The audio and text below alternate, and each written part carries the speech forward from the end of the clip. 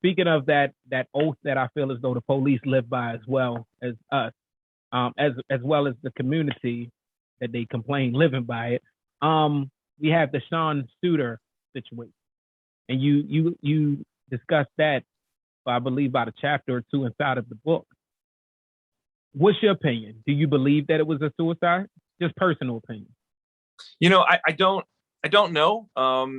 Especially one of the things I learned researching this book is that a lot of times you don't know the truth, and it might take years for it to come out. What I tried to do is look at what we do know, what's available. And I think that anyone who reads the book will, probably come away with the idea that I think there's a compelling argument that it was suicide. I think it's a hard pill to swallow. It seems hard to believe that someone would do that or think they could pull that off. To think that you could go out with another officer, at dusk when it's kind of still light outside and shoot yourself in the head and make it look like a homicide. Like, that seems far-fetched. And yet a lot of the stuff we've seen play out since then does seem to support that in terms of physical evidence, in terms of witnesses, in terms of just certain things that happened, including the fact that he'd been confronted by the feds with an accusation that he had planted drugs on someone, something that could send him to prison, that could end his career. But those are theories, those are theories. We don't know. And so I try to lay out everything because I know that people in the community, people in the department, they're very torn about this, and people have strong feelings. And I wanted to just say, okay, I know what you think. I know what you think you've heard, but like, here's all the information that I was able to come across, and just push it into the, turn the cards up. Shameless plug. and really, just so I want people to make up their own minds. If people read it and think that it was a hit, or that it, either by police or by someone in the community, I'm really not trying to change your mind. If they think it's a suicide, I want them to see that information, because we don't know, and it's still classified as an open homicide, and it's going to remain so, it seems. But there's a lot of conflicting information. It really is. I think before I read the book, I had my own suspicion of exactly what I thought about it.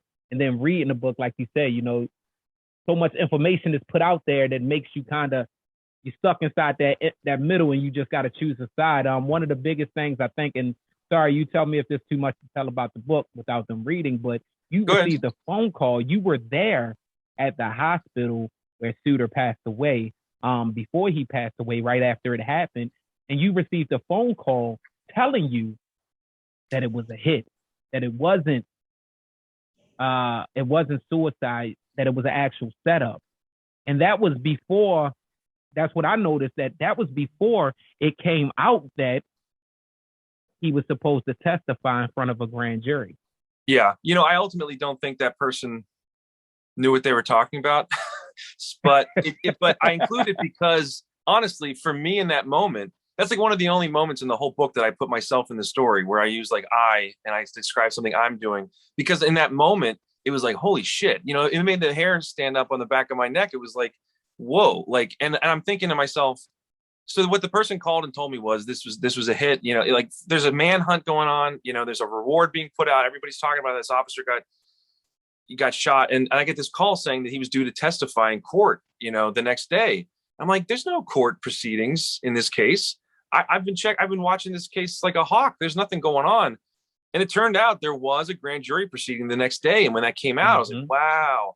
But ultimately, having continued to speak with that person, I think they just happened to hit on, I think that they had a hunch that happened to be true, and they didn't actually know what they were talking about. But I wanted to create that drama for the reader that I felt in that moment. So I kind of cheated a little bit. I'm not even going to call it a cheat, because listening to you, and although you're trying to draw me back, like pull me back, like I might have, I don't think so. I'm still feeling what that person say. I mean, that would have to be a hell of a lucky guess. If you knew who the person was, I don't think they knew what they were talking about. All right, so I got you on that. So, Ben, you grew up in Baltimore City, you said, right? No, I grew up in Anne Arundel County. Okay. Outside Annapolis, yeah. Got you. So, Do you believe, well, you at least been around reporting it and you've seen it. I mean, you was at the unrest and all of that type of Yeah, stuff. I've worked for the Sun since '05, and I've covered the city crime since '08. Okay, cool. So you're very familiar. Do you believe that since this has happened, which was what, 5, 6 years now, that the city is doing what they're supposed to do as far as disciplinary actions, as far as getting inside of the problems and making sure they find out who these officers are before they're put out in the street, things of sort? Do you feel like they're doing a better job? Did this wake the city up, or no, it's just the same bullshit from what you? Yeah, that's a real tough question. I mean, honestly, what's so shocking about the Gun Trace Task Force story is that this was going on post Freddie Gray. After Freddie Gray died, everybody said things are going to change around here. We're going to have the consent decree. We're going to have the Justice Department investigation. We're going to clean this department up. And the Gun Trace Task Force stuff is going on while that's occurring. That was so striking to me when that kind of like, I realized writing the book that hadn't been underscored enough, that I needed to layer over all the talk that's going on, the press conferences, the task forces that are being set up to investigate this stuff, and the fact that they're robbing people like the same day, the day they announced the results of the Justice Department civil rights investigation, that found all these, it's hundreds of pages detailing how people's rights are being violated, strip searches, as you spoke about, all kinds of things. The members of the GTTF hit the streets that night and violated people's rights. And so if we're thinking that this is an agency that can fix itself, that was a real slap in the face and a wake-up call that there's a lot more work to be done now. As far as how things stand now, I really don't know that I can speak to that, because I don't know what I don't know. I think that's up to the citizens to tell us that they think this police department is getting better. I know that the consent decree does call for rewriting a ton of policies. It calls for new training. I know that, I think they have a heavy hand right now when it comes to discipline, although again, those cases have to be made first. I just went to a department trial board, which is a disciplinary hearing where an officer gets charged with stuff internally and they can fire him. And an officer's brought up on charges and they wanted to bring down the hammer and fire him for something that maybe people might think is not that big of a deal. And a prosecutor came to the hearing and testified in his defense, and he gets to stay on the force. So, I mean, I think there's the other thing, I could talk about this forever, but this is a very not transparent process. They tell us they're fixing things, but we can't see it. And so in this last General Assembly session, they passed a law that really is going to open up a lot of stuff. And it's going to be incredible. I mean, for the first time, we're going to really be able to take a look at things we weren't able to take a look at before, things that were hidden, things that, were the reasons why things perhaps happened. And that's going to change. I think it's October, but it might be next July. It's just tough to say, because we've heard these things before. Every commissioner I covered said, it's a new day. The guy before me did a terrible job, but I'm fixing this place up. And then the next guy says the exact same thing about the last guy. So I don't know. It's tough to say. Do you have any opinions about that? I think I'm over the new sheriff in town shit. I'm gonna be honest. It's bad because, again, this is why I wanted you on the show. I've seen this shit my whole life. I'm from East Baltimore, so officers like Herschel, we know these officers,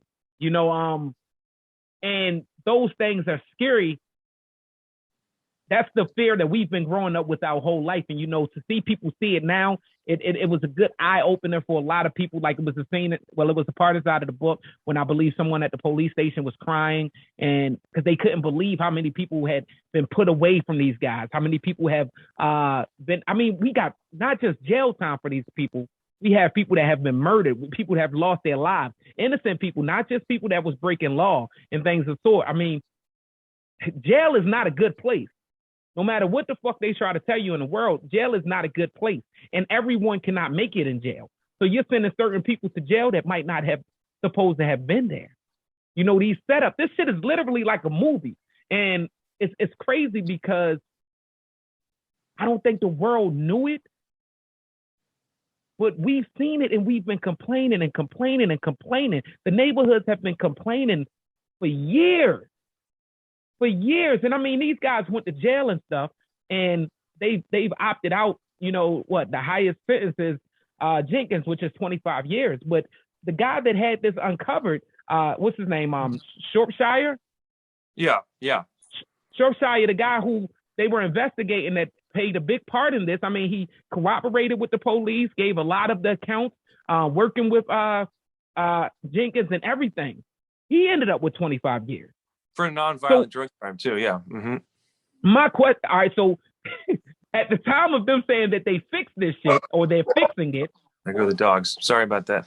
Now, y'all good. At the time of them saying they're fixing this shit, you still gave someone 25 years, which is what you gave the person that's supposed to have been the worst of all this shit.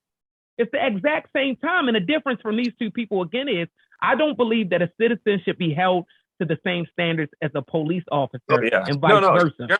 You're absolutely right. I mean, people get 20 years for holding up a 7-Eleven, and these guys got 18 for robbing lots and lots of people, tarnishing their badge, stealing money from taxpayers. I will say for Shropshire, I want to clarify one thing. He did. I do outline a scene in the book where he sits down and sort of gives some information about officers he knows that are dirty, but he's not a cooperator, and that's part of why he got such a long sentence. He went to trial and got convicted, but I want to make sure, especially based on our earlier conversation about snitching, that he didn't cooperate in that case. Okay, cool. Thanks for doing that too. So not even cooperating, but still, right? He exactly. didn't do as fucking much as these guys literally fucked lives up for years. Yeah. You know, and I know it's some young ones on there, but you got people out there 7 years. I mean, that's what you get for cooperating. Yeah, I mean, honestly, Herschel and Taylor went to trial. They're accused of doing the same things the guys who got 7 years did, but you go to trial, you get 18, and that's an example of how that goes for regular people too. You plead, you cooperate, you get time off, you go to trial, they hit you hard. And sadly, it was people doing that. I mean, you spoke about that. And we all know people that had to do it. You know, you sit down like, fuck it. I know if I take it to trial, I'm going to lose. They're going to smash me. I mean, that's what we say in Baltimore. They're going to smash me. You know, and they had to take charges that they didn't do. You know, whether it's a night in prison. I mean, what's the name got out after 7 years? What was the guy's name that came home after 7 years? Oh, an officer or? No, of the say it again. No one's home yet. No, it was one of the people that they planted stuff on. I think the guy yeah. Umar Burley and Brent Matthews. Yeah. Burley spent 7 years locked up. Yeah.